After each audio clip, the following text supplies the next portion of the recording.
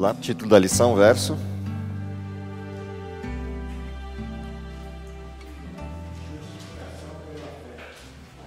Ok. Verso. Concluímos, pois, que o homem é justificado pela fé, independente das obras da lei. Ok, o texto é de Romanos, capítulo 3, o verso 28, e esse é o texto base para a lição dessa semana. Antes da gente entrar na lição propriamente dita, no comentário dela, vamos ao auxiliar para ver o que a gente tinha para essa semana, em termos de aprendizado, sentimento e prática, previstos para o conteúdo dessa semana. O que a gente tinha para aprender durante a lição desta semana? Quem me ajuda lá? Lição de professor, quem tiver. No auxiliar tem 3 objetivos. O primeiro deles, conhecer. O que a gente tinha para aprender? O valor fundamental de Romanos 3, 19 e 28 é os frutos da exposição geral que Paulo faz do Evangelho de Romanos. Portanto, o centro de atenção nosso na lição dessa semana, ou seja, o objetivo central da lição dessa semana, tem a ver com a compreensão clara do que quer dizer justificação pela fé em Paulo. O que quer dizer o desenho de justificação pela fé em Paulo na carta aos Romanos e como isso cria um fluxo de exposição, uma estrutura de exposição, ou seja, o objetivo era essencialmente teológico, se a gente fosse se prender a ele da forma principal, de entender o significado de justificação pela fé em Paulo e quais as implicações disso. Qual sentimento deveria resultar desta compreensão? A importância da justificação somente pela fé, na justiça eficaz. Portanto, aqui tem uma questão vital.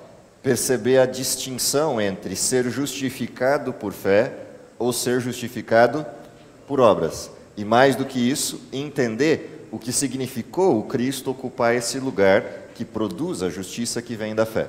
Esse é o sentimento que deveria ser desperto no coração daquele que entende a mensagem da justiça pela fé. E isso resulta numa prática. Qual é ela? Esclarecer a compreensão pessoal da justificação e estar apto a relacioná-la adequadamente à santificação e a uma vida mais plena no Espírito. Portanto, tem um resultado prático esperado daquele que entende a justiça pela fé e sente o impacto dela na própria vida. A primeira coisa é ele consegue dizer isso para os outros. Eu estava morto, agora estou vivo. Eu estava perdido, agora fui encontrado. Essa é a primeira parte da prática. Ser capaz de apresentar a sua compreensão pessoal de justificação pela fé. E aqui não é uma compreensão sob o modelo teórico, mas uma compreensão sob o modelo vivenciado dessa justiça que vem da fé. Mas não para aí. Estar apto a relacionar esse encontro com Cristo, essa forma como Cristo nos liberta daquilo que é a essência do pecado, e o que fazemos em resposta a isso. E a resposta a isso é uma vida de proximidade, ou uma vida de aproximação do Espírito no processo de santificação. Portanto, há um resultado esperado daquele que foi justificado pela fé. Aquele que foi justificado pela fé já não vive a vida que outrora vivia, mas vive em Cristo, com Cristo, por Cristo. Modifica a sua forma de ser, a sua forma de viver. A lição dessa semana, na realidade, é a resposta de algo que a lição da semana passada abriu. Qual era a essência da lição da semana passada? A constatação central da lição da semana passada. Todos somos iguais. O centro de atenção da lição da semana passada é este. Somos todos iguais. Todos pecaram. Todos carecem da glória de Deus. Todos vivenciam uma única e desagradável condição. Estamos mortos. Essa é a essência da lição da semana passada, que traz uma provocação. Estamos mortos, mas estamos vivos. Deveríamos estar definitivamente mortos, mas estamos vivos. Como pecadores, só uma condição restava para nós, que era a morte, mas estamos vivos. A pergunta é, por que estamos vivos? A lição dessa semana vai trabalhar exatamente a essência da resposta do porquê estamos vivos, que condição é essa que nos permite estar vivos. Esses são os textos que vimos essa semana. A essência da lição corre pelos textos do verso 19 até o verso 24, se a minha memória não estiver me traindo. É isso? Ou pulei algum? 28, desculpa. 28. Então, vamos até vamos até essa referência e vamos tentar entender o que Paulo está dizendo aqui como resposta à lição da semana passada. Então, Romanos, capítulo 3, abre lá, versos 19 em diante. Vamos tentar entender a lógica que Paulo adota nesses textos. Para alguns, as Bíblias têm títulos, se a sua tiver, provavelmente vai ter 2 títulos na lição, ou no texto dessa semana. O primeiro desses títulos é: o judeu não constitui exceção. O segundo dos títulos, a justificação pela fé em Cristo. Esses 2 títulos são um resposta ao outro. Vamos à primeira questão, que é a pergunta, a provocação. Ora, sabemos que tudo o que a lei diz, aos que vivem na lei o diz, para que se cale toda a boca e todo o mundo seja culpável perante Deus. Segunda parte, visto que ninguém será justificado diante dele por obras da lei, em razão de que pela lei vem o pleno conhecimento do pecado. Qual é a provocação aqui? Quem vive debaixo da lei, ou quem tinha a lei no contexto de Paulo? Os judeus. Os judeus são descendentes de Abraão, descendentes do povo que saiu do Egito e, por conseguinte, o povo que recebeu de Deus as suas leis, os seus estatutos. Monte Sinai, libertação do povo de Israel. Portanto, quando Paulo provoca aqui, o judeu não constitui exceção. Ora, o que Paulo quer dizer com isso? Por que o sujeito que bolou o título aqui escolheu este título, o judeu não constitui exceção? O texto está dizendo, sabemos que, além de tudo, ou acima de tudo, ou dentro de todas as questões, a lei está para aqueles que vivem sob ela. Bom, espera lá. Os judeus vivem sob essa lei. Então, todos eles são culpados. O que o autor quis dizer, o que o autor desse título quis dizer com não são exceção? Os judeus, nos tempos de Paulo, acreditavam que porque tinham a lei e tentavam observá-la e até o faziam, como Paulo fez, estavam garantidos para chegar diante de Deus e cobrar a conta. O Senhor nos deve. Nós fizemos, paga a conta. Qual é a conclusão que Paulo chega? Ninguém observa a lei, nem mesmo os judeus. Portanto, ninguém tem direito de chegar diante de Deus e falar, paga a conta. Se alguém conseguisse seguir a lei, poderia chegar diante de Deus e dizer, paga a conta, o Senhor me deu o estatuto, eu segui, me pague a conta. Mas não há ninguém que faça de Deus seu credor, seu devedor. Portanto, se não há ninguém, para que serve a lei então? Pela lei vem o pleno conhecimento da minha condição, é o que a gente viu a semana passada. Ou seja, todos pecaram, a lei evidencia isso. Tira a lei e o que eu perco de referência? O pleno conhecimento do pecado, porque sem lei está morto o pecado. Portanto, o que Paulo traz como evidência inicial para a tese da justificação pela fé é: todos guardam a mesma condição diante da lei. Todos são pecadores. Todos estão debaixo da mesma condenação. Portanto, quem disser que vive sob a lei tem um presente de plantão. Qual é o presente? A condenação.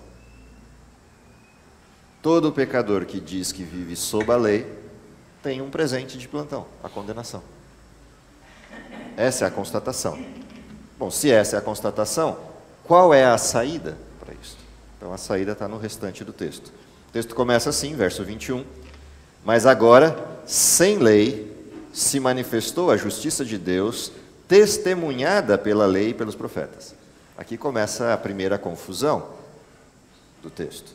Não em Paulo, mas nos que leem o texto a partir daqui, sem os 2 versos anteriores. Se eu começar a leitura a partir daqui, o que eu tenho de impressão? Não existe lei, e a justiça se manifesta quando a lei deixa de existir. Mas, curiosamente, não foi isso que o texto disse. Porque o texto terminou dizendo, testemunhada pela lei e pelos profetas. O que a lei testemunhou e o que os profetas testemunharam? Que existe uma diferença entre o pecado e a santidade de Deus, entre os pecadores e o que Deus queria que todos fossem. A lei evidencia isso. Deus projetou o ser humano para viver na condição expressa da lei. Sem morte, sem dor, sem corrupção, sem nada das coisas que o pecado traz. A lei é a evidência de que no plano de Deus, o ser humano deveria ser do jeito que a lei protocola. Mas essa mesma lei que testemunha que Deus criou o ser humano para ser perfeito, é a lei que deixa claro que o ser humano está longe disso. Portanto, se a lei deixa claro que o ser humano está longe disso, o ser humano não tem o quê? Justiça. Se o ser humano não tem justiça, qual é a consequência disso? Está morto. Portanto, quando o texto inicia, sem lei se manifestou a justiça, é porque a lei dizia condenação. Vem alguém e faz o quê? Tira a condenação. Faz um bypass no processo. Passa de lado o processo. Ou seja, permite que aquele que está condenado saia de lá justo. Espera lá, mas isso é injusto. Se a lei é justa, santa e boa, e condena aquele que é pecador, como que alguém vem aqui e faz uma curva lateral e permite que o condenado saia vivo? Aqui está a grande questão que o primeiro verso não responde. Ele só abre o tema. Olha o que o verso seguinte diz. Justiça de Deus mediante a fé em Jesus Cristo, para todos e sobre todos os que creem, porque não há distinção. Por que não há distinção? Porque todos pecaram. Então não há distinção na salvação, porque todos carecem dela. Por que o texto seguinte, o verso 20 ao verso 21, pontua que a justiça é de Deus mediante a fé em Cristo? Porque na realidade não houve um bypass, não houve uma passagem de largo, uma passagem por cima, um pano quente que se pôs na questão da justiça. O que houve foi a graça que suplantou a justiça da lei, dizendo o quê? Morro eu em seu lugar. Portanto, em que foi testemunhada a justiça da lei e dos profetas? Em que Cristo morreu de uma vez só por todos. Portanto, não foi feito um passar de panos quentes ao pecado. Alguém pagou o valor da lei. A lei dizia morte e alguém pagou. Portanto, não há a extinção da lei, há a comprovação da efetividade dela.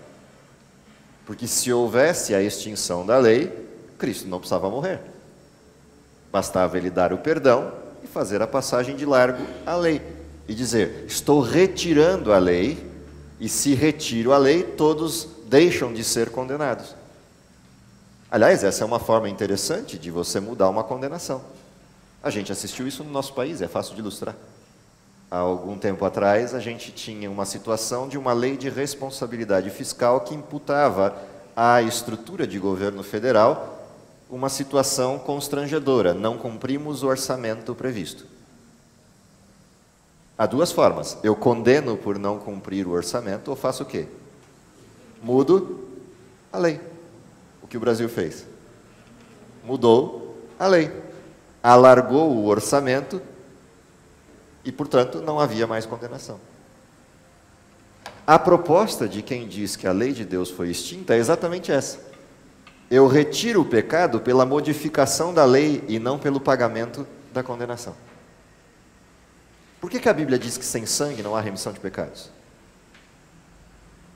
Porque foi modificada a lei ou porque a lei não pode ser modificada? O óbvio, a lei não pode ser modificada, então sem sangue não há remissão de pecados, e é por isso que o texto diz que a justiça de Deus se faz mediante a fé em Cristo, porque Ele pagou o preço. Portanto, persiste a lei. Diferente dos humanos, nós que modificamos a lei para escapar dela, No caso de Deus, não há mudança da lei, portanto não há escape. E exatamente porque não há escape é que sem lei se manifestou a justiça. Porque a depender da lei, nós estaríamos condenados. Alguém ocupou o nosso lugar e trouxe a lei para si. Trouxe a condenação para si. Mas o texto não para aí. O que diz o texto? Pois todos pecaram e carecem da glória de Deus. E, sendo justificados gratuitamente por sua graça, mediante a redenção que há em Cristo Jesus, a quem Deus propôs no seu sangue, como propiciação mediante a fé, para manifestar sua justiça por ter Deus, na sua tolerância, deixado impunes os pecados anteriormente cometidos. O que está acontecendo aqui? Por que estamos vivos? Pela graça. Por que estamos vivos mesmo antes de conhecer a Cristo? O que diz o texto? Deixou tolerantemente impunes os pecados até quando? Até que se manifeste aquele que demonstra que a corrupção está. Ou seja, a cruz de Cristo não é só a salvação, a remissão dos pecados, mas é o colocar como injustificado qualquer que diga que pode escapar disto. Por que todos são considerados indesculpáveis no mundo? Lembra, Romanos, abriu o texto de Romanos 1 dizendo isso, todos são indesculpáveis. Por que são? Porque tudo que de Deus se pode conhecer, Deus lhes manifestou por meio das coisas criadas. Portanto, não há escape. Todos chegarão à compreensão da justiça de Deus, independente de ter encontrado Cristo. E é isto que o sacrifício de Cristo, feito antes da fundação do mundo, no sentido da promessa, garante a qualquer pessoa, independente de conhecê-lo. Todos podem ser salvos, mesmo não conhecendo Cristo. Porque ele morreu antes do processo, e não depois. Depois só aconteceu o fato. Mas a morte de Cristo se dá no momento da promessa, quando ele decide que se acontecer algo vai morrer, já morreu. Porque em Deus não há tempo. Por isso é cordeiro morto desde a fundação do mundo, ou desde antes da fundação do mundo. Diga. Professor, então, de Deus, ele fala que já tinha fé em Sim. Jesus. Sim. Aí, o senhor falou que a noção, que a fé e a calma, a voz de Jesus está falando mais que a fé. A fé no evento acaba. No evento. Também a esperança, menos o amor. No evento acaba também.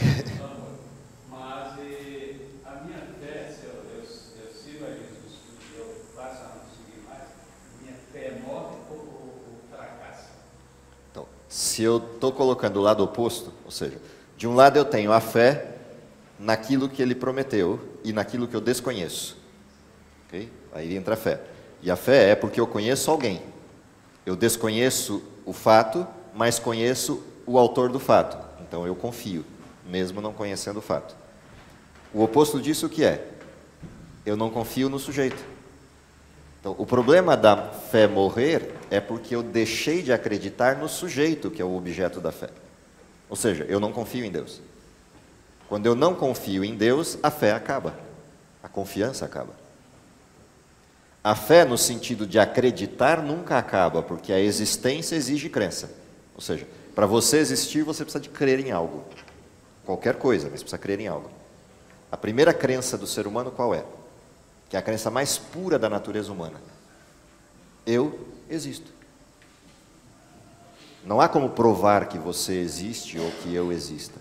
A nossa existência, ela está projetada em alguém. Eu digo que eu existo porque ela olha para mim e diz que eu existo.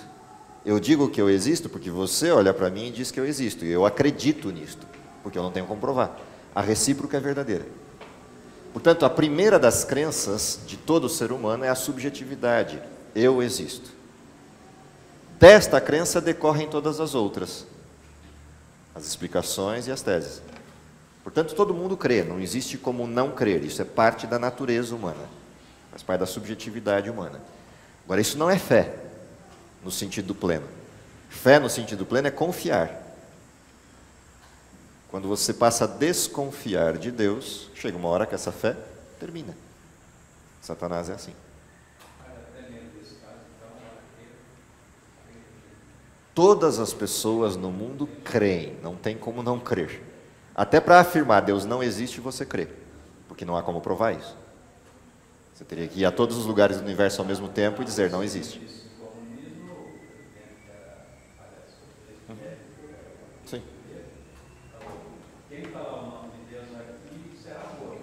Ok. E ele mesmo falava, quem falar o nome de Deus, Sim. Não tem como. Mas até aí, essa não é a questão de crer. A questão de crer é ele crer que ele existe. Então todo mundo tem algum tipo de fé, senão não existe. Na carona disso, o que o resto do texto diz? Verso 26. Tendo em vista a manifestação da justiça no tempo presente, para ele mesmo ser justo, e o justificador daquele que tem fé em Jesus. O que esse texto quer dizer?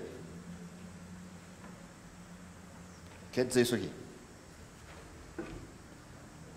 De novo, tendo em vista a manifestação da sua justiça no tempo presente, para ele mesmo ser. Como é que eu sei que Cristo foi justo? Cristo pecou? Como é que eu sei disso?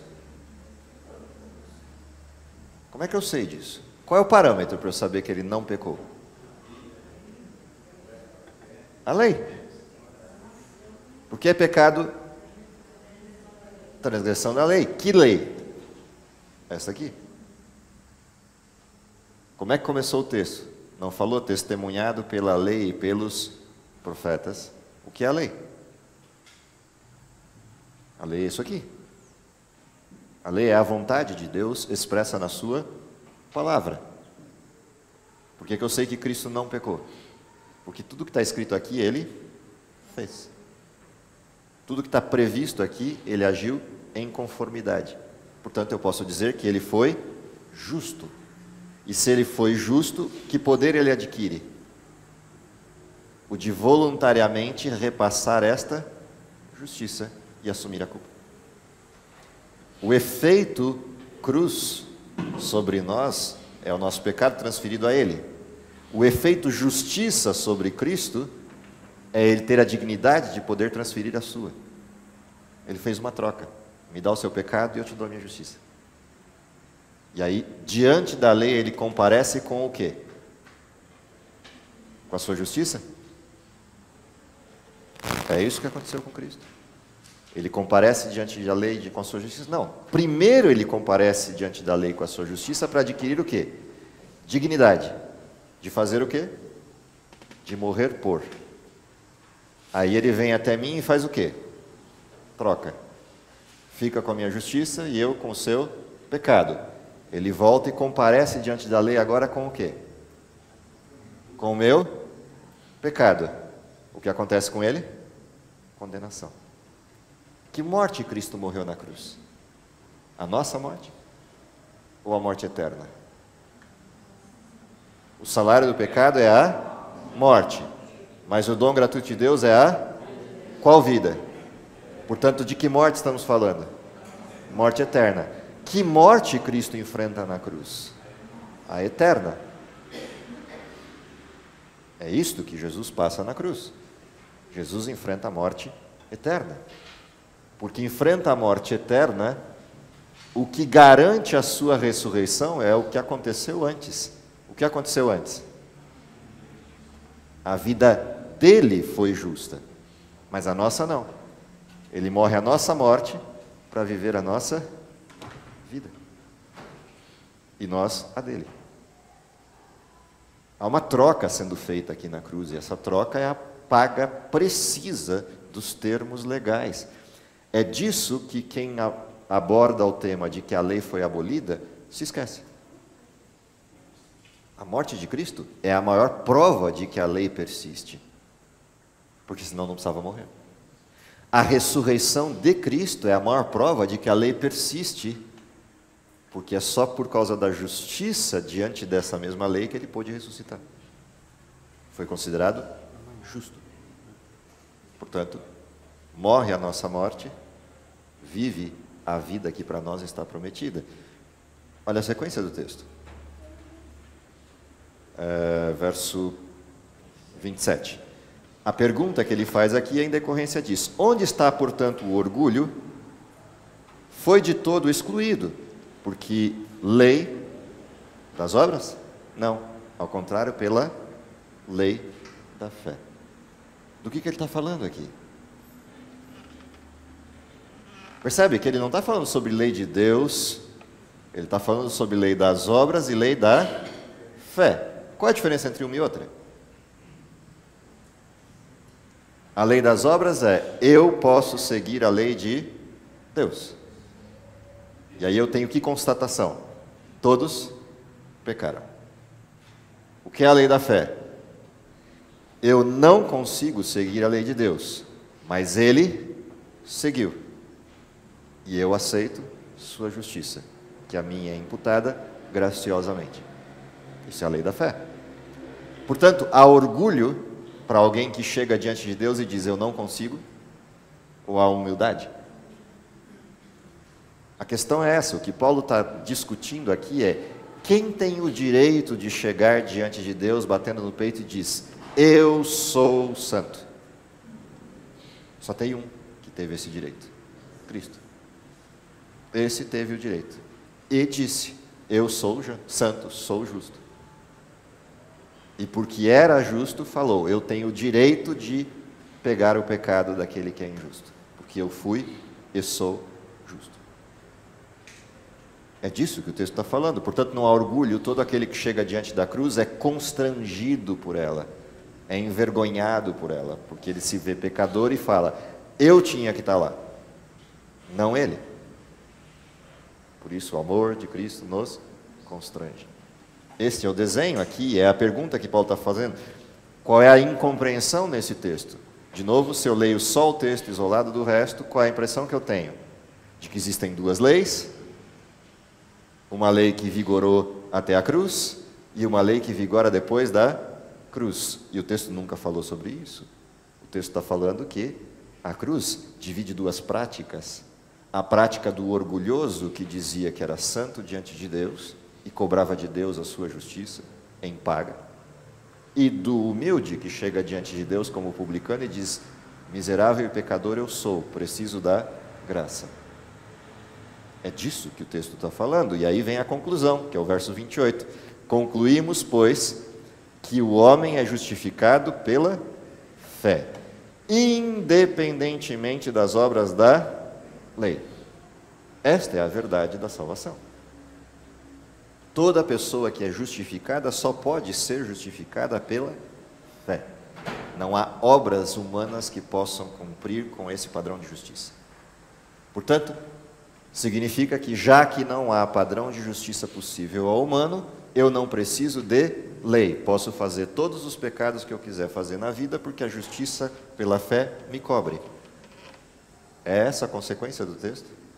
Não, a consequência do texto é a demonstração de que a única possibilidade de justiça que existe está em Cristo. Portanto, se eu quiser cumprir algo dos ditames de Deus, para quem tenho que correr? Cristo. É no seu poder que eu posso executar algo, e não a parte disso. Eu não tenho a competência, mas Ele tem. Ele dispôs a competência, então se eu for buscar, isso é andar no Espírito, ou viver no Espírito, ou viver em Cristo. Isso é o que Paulo diz, já não sou eu quem vive, mas Cristo vive em mim. A vida que agora vivo na carne, percebe? Vivo agora na fé, no Filho de Deus. A transformação possível está nele, não em nós. Portanto, nosso grande desafio é a rendição a esse Cristo. É a rendição humilde a esse Cristo, nos convencendo do que somos, do que estamos, mas do que Ele pode fazer em nós e por nós. Esse é o desenho da salvação. Esse é o desenho da justiça pela fé. A essência é esta. O que Satanás conseguiu? Criar duas justiças pela fé. A justiça pela fé sem lei, ou a justiça pela fé na prática da lei, ou justiça pelas obras. Satanás conseguiu criar os dois modelos, porque os dois modelos satisfazem a humana. O lado de cá satisfaz o humano pela sua autossuficiência. O lado de cá satisfaz o humano pela sua negligência.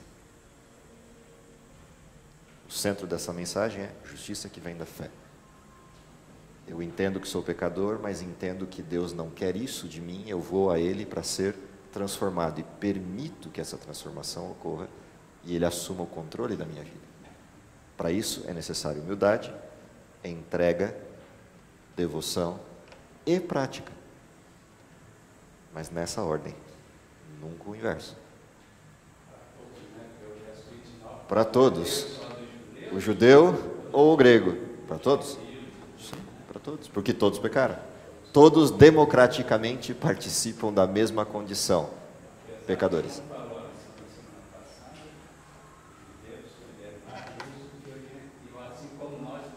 Laodiceia é exatamente isso.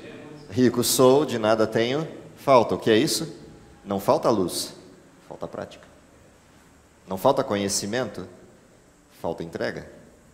Eis que estou à porta, bato. Se alguém abrir, eu entrarei, serei com ele, ele comigo. E darei que se sente no meu... Percebe? Não tem trono para nós.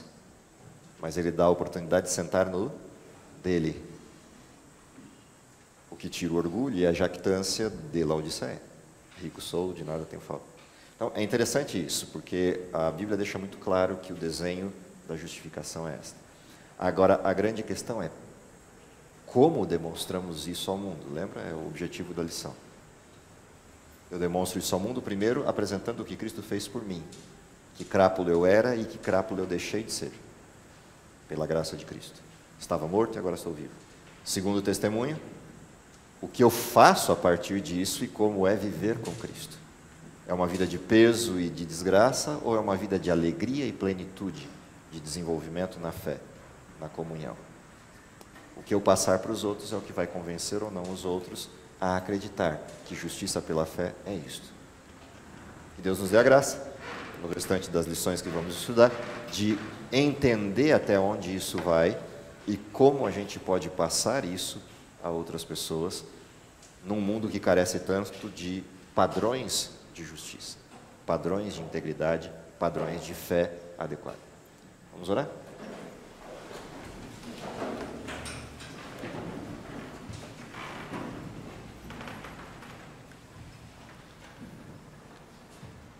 Querido Pai que está nos céus, te agradecemos pelo dom da vida, te agradecemos pelo sacrifício maravilhoso de Cristo na cruz, que nos retira a condição de mortos no pecado e nos dá a possibilidade da vida eterna. Te agradecemos porque isso não se restringe a uma retórica passada, mas a uma vida em Cristo no presente, a uma influência e poder disponíveis para que possamos dia a dia nos aperfeiçoarmos até a semelhança plena com Cristo, na transformação gloriosa da Tua vida. Dá, Senhor, que cada um de nós possa ser um representante vivo dessa transformação, mas principalmente um representante vivo do amor de Cristo a outras pessoas que ainda não conhecem. Dá-nos um restante de sábado agradável na Tua companhia, é o que lhe pedimos por Jesus. Amém.